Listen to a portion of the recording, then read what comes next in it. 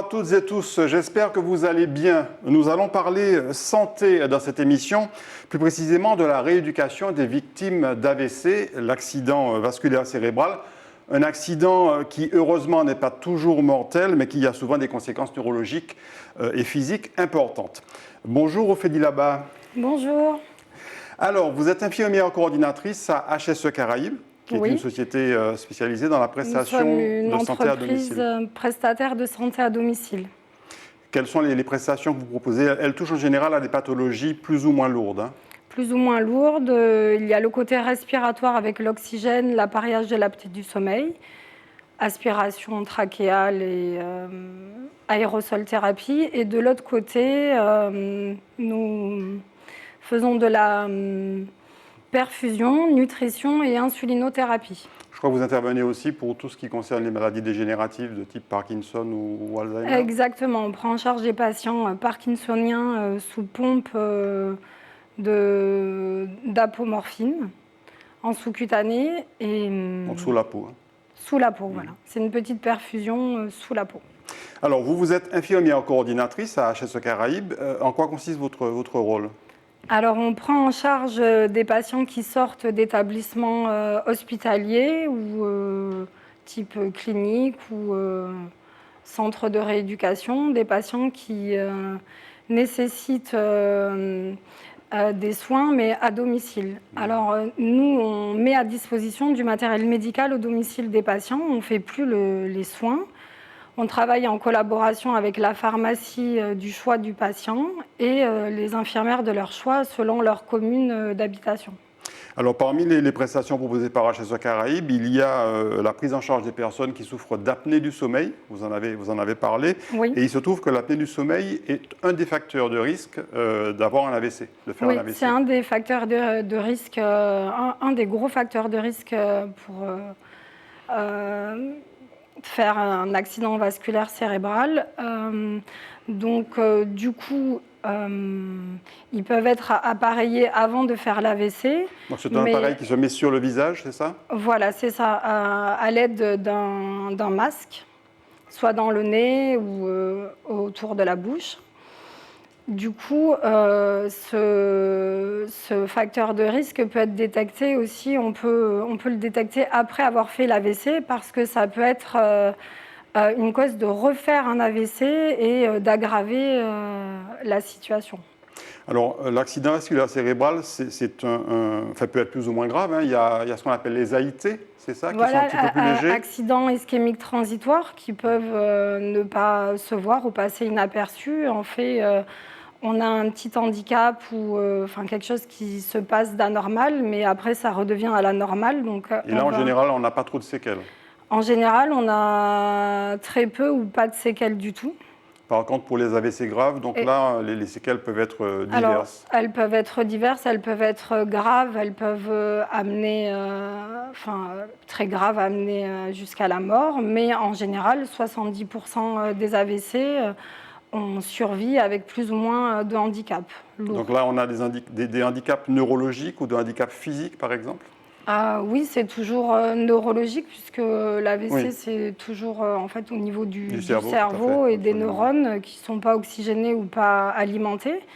Donc, du coup, ça peut être un petit handicap avec un déficit dans un hémicorps, une hémiplégie ou une paraplégie. Donc la moitié du corps. Voilà, la moitié du corps ou le bas du corps.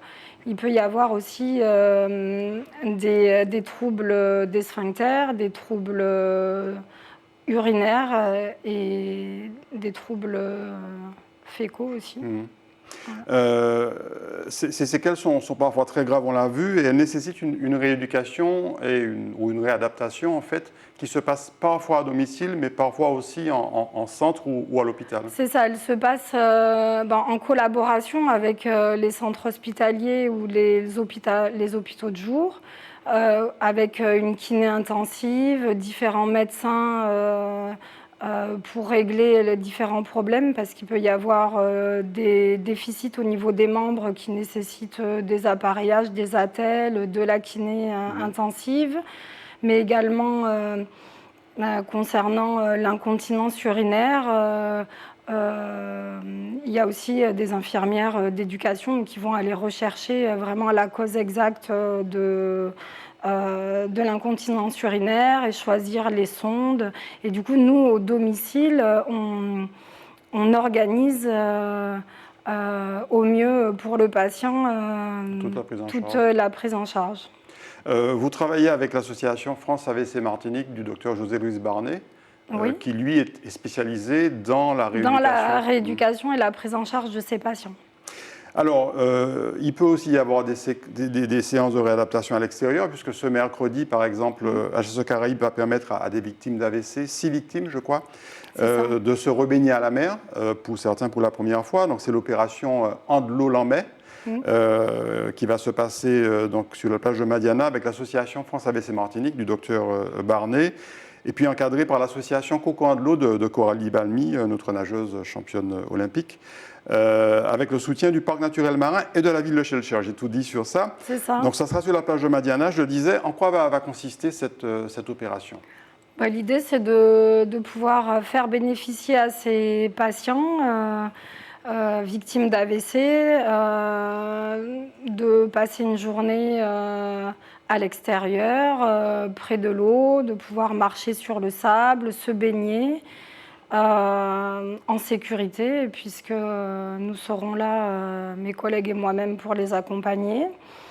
Ça permet qu'ils puissent profiter pleinement d'une journée en pleine nature. Voilà, en pleine nature et en dehors de ce qu'ils vivent habituellement de leur vie à leur domicile, oui, avec les soins. Ça leur permet de sortir du cadre des soins médicaux, en fait. C'est ça. Alors j'ai noté qu'ils vont pouvoir rouler sur la plage, puisqu'ils sont en fauteuil, prendre part à une activité récréative et ludique avec un cours de natation qui est dispensé par Coco Andelot et Coralie Balmy, se réapproprier le milieu marin et être sensibilisé à la biodiversité marine grâce à la diffusion d'un film sur les richesses des fonds marins, un film en 3D avec des casques virtuels. Donc c'est vrai que ça leur permet véritablement de se retrouver en fait, dans un cadre favorable aussi à la réadaptation.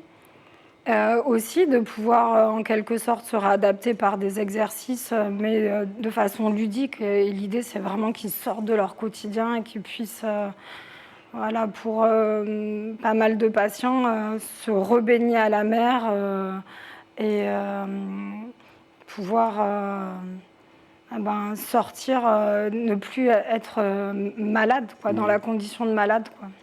L'eau de mer fait partie des stimulants qu'on peut considérer comme efficaces pour ce type de rééducation et de réadaptation. C'est la première fois que HSE Caraïbes va réaliser cette opération. Vous en attendez quoi clairement?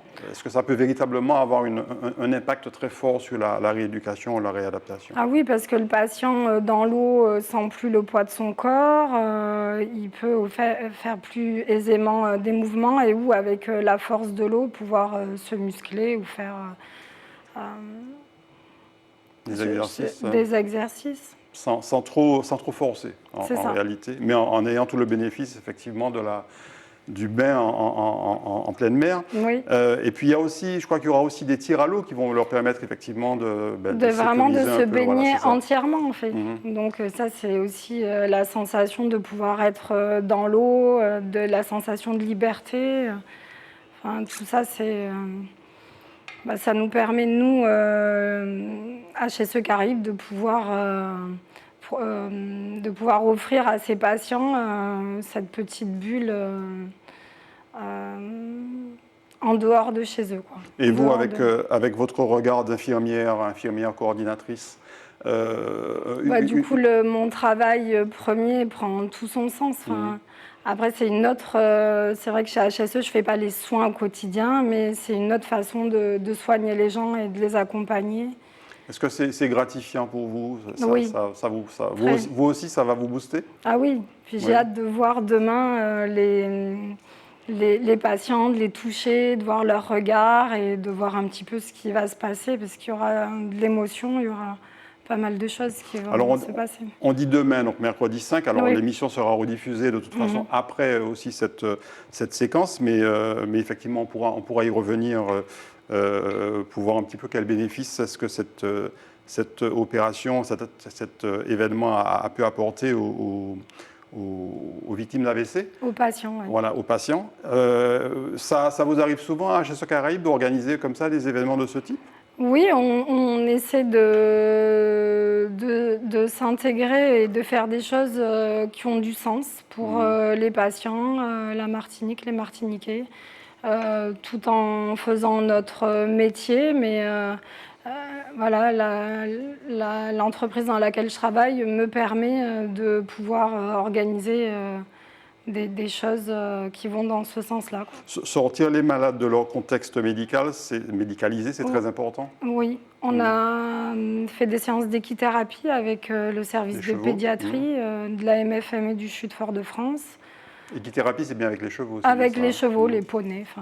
Voilà. Bah, l'idée, c'est, avec mes collègues, on se creuse la tête pour avoir des idées comme ça, des petites choses, et on s'associe à des médecins, à des associations pour pouvoir arriver à nos fins, quoi, avec des mairies aussi, des élus, toutes sortes de personnes. Merci beaucoup, Ophélie Labat. Vous voyez, tout s'est bien passé. Vous pouvez sourire. Vous nous faites un grand sourire. Merci beaucoup à vous de nous avoir suivis. On se retrouve prochainement pour un autre sujet. Dans Écoutez ça, très bonne journée ou très bonne soirée.